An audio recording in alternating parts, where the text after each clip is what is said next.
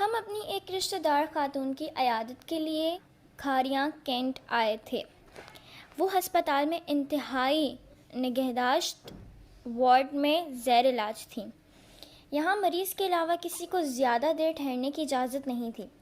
یہاں major rank کے فوجی افسروں کے لیے بہت خوبصورت بنگلے تھے۔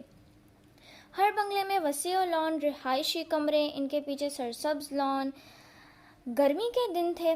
ہم لان میں درختوں کی ٹھنڈی چھاؤں تلے کرسیوں پر بیٹھ گئے۔ کچھ دیر آرام کے بعد میں اس خوبصورت علاقے کو دیکھنے کے لیے گھر سے باہر نکلا۔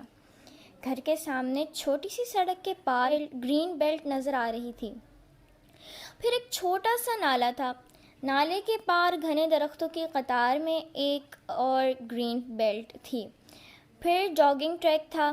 جاگنگ ٹریک کے ساتھ ایک چھوٹی سی ٹرین کی پٹری تھی جو اس وسیع پارک کو گھیرے ہوئے تھی۔ پارک میں بچوں کے لیے بہت سے جھولے لگے ہوئے تھے۔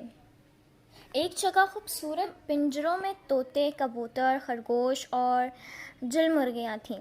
وہ چھوٹی ٹرین بھی کھڑی تھی جس کی پٹری پارک کے گرد کسی ہار کی طرح نظر آ رہی تھی۔ یہ ٹرین شاید بچوں کو پارک کی سیر کرواتی تھی۔ اس وقت دوپہر تھی اور پارک میں میرے سوا کوئی نہیں تھا۔ ہر طرف ایک سحر انگیز خاموشی کا راج تھا۔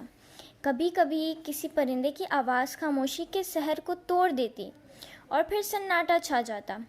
میں نالے کے پل کو پار کر کے گرین بیلٹ کے کنارے بچھی کرسی پر بیٹھ گیا۔ ٹھنڈی ہوا کے جھونکوں سے مست ہو کر میں نے کرسی کی ٹیک پر سر رکھ کر آنکھیں موند دیں اور مجھے اونگ آ گئی۔ پھر ٹرین سے انجن کی چھک چھک سے میری آنکھ کھل گئی۔ پہر ہو گئی تھی۔ ٹرین بچوں کے لیے پٹری پر رواں دواں تھی۔ جہاں پہلے خاموشی کا راج تھا وہاں ان میلے کا سا سما تھا۔ جھولوں کے آس پاس بچوں کا ہجوم لگا تھا۔ میدان کے وسط میں میری نظر ایک نوجوان کھلاڑی پر پڑی۔ وہ خوبصورت سپورٹس شرٹ اور لانگ نکر پہنے ہوئے تھا۔ پاؤں میں قیمتی جوگرز نظر آ رہے تھے۔ وہ ہاتھوں میں فٹ بال تھامے ہوئے تھا۔ ایک لمحے کو میرا دل چاہا کہ اس نوجوان سے بات کروں، مگر پھر اپنے معمولی کپڑوں اور پرانی جوتی کا خیال کر کے میں رک گیا۔ اپنی خستہ حالت دیکھ کر میں احساس کمتری کا شکار ہو گیا اور ایک قدم بھی آگے نہ بڑھا سکا۔ پھر اچانک وہ نوجوان کھلاڑی مجھے اپنی طرف آتا نظر آیا۔ جب وہ کچھ قریب آیا تو مجھے اس کی حالت کچھ عجیب سی لگی۔ پھر وہ میرے پاس آ کر رک گیا۔ میں نے دیکھا اس کے دونوں پاؤں ٹیڑھے تھے۔ یہ فٹ بال تمہارا ہے؟ میں نے یوں ہی اس سے بات کرنے کے لیے پوچھ لیا، مگر وہ اسپاٹ چہرے اور بے تاثر نظروں سے مجھے دیکھتا رہا۔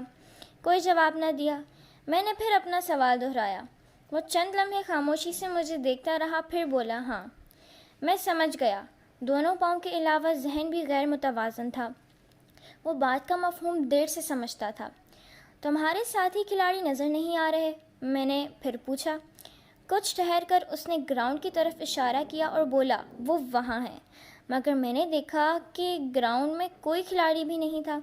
پھر اچانک اس نے بچوں کی طرح کلکاری ماری اور گراؤنڈ کی طرف بھاگنا شروع کر دیا۔ چند قدم ہی بھاگا تھا، اس کے پاؤں آپس میں الجھے اور وہ منہ کے بل گر پڑا۔ فٹ بال اس کے ہاتھوں سے چھوٹ گیا۔